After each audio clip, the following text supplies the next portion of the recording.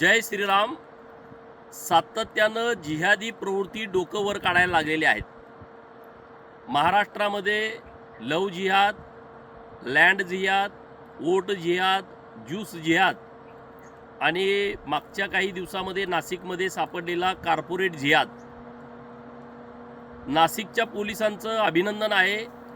अत्यंत लक्षपूर्वक काळजीपूर्वक त्यांनी हे प्रकरण हाताळलं, बाहेर काढलं।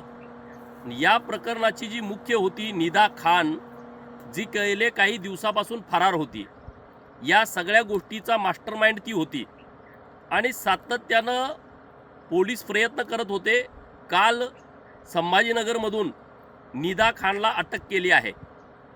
निदा खानला अटक केली, परंतु निदा खानचं समर्थन मागच्या काही दिवसामध्ये इम्तियाज जलीलनी केलं आणि काल संभाजीनगरमध्ये ती सापडणं, नगरसेवकाचा तिला पाठबळ असणं, तर या सगळ्या प्रकरणामध्ये इम्तियाज जलील यांचा मुख्य रोल असणार आहे आणि त्याचा तपास पोलिसांनी करावा अशी मागणी आमची नाशिक पोलिसांच्याकडे आहे। त्यांची प्रवृत्ती कशी आहे बघा।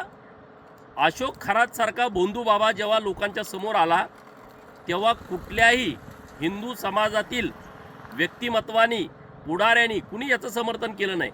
त्याला जेलमध्ये टाका किंवा त्याला कुणी दडवून ठेवला नाही। दुसऱ्या बाजूला निदा खानसारखा जेव्हा विषय पुढे येतो, तेव्हा इम्तियाज जलील आणि त्यांचे सगळे सहकारी उघडपणे भूमिका घेतात। संभाजीनगरमध्ये निदा खान सापडणं म्हणजे याच्या पाठीमागं मोठं षडयंत्र असण्याची शक्यता आहे। पोलिसांनी इम्तियाज जलील आणि त्यांचे जे नगरसेवक MIMचे आहेत त्यांची चौकशी करून त्यांना या गुन्ह्यामध्ये आरोपी करावं अशी आमची मागणी आहे।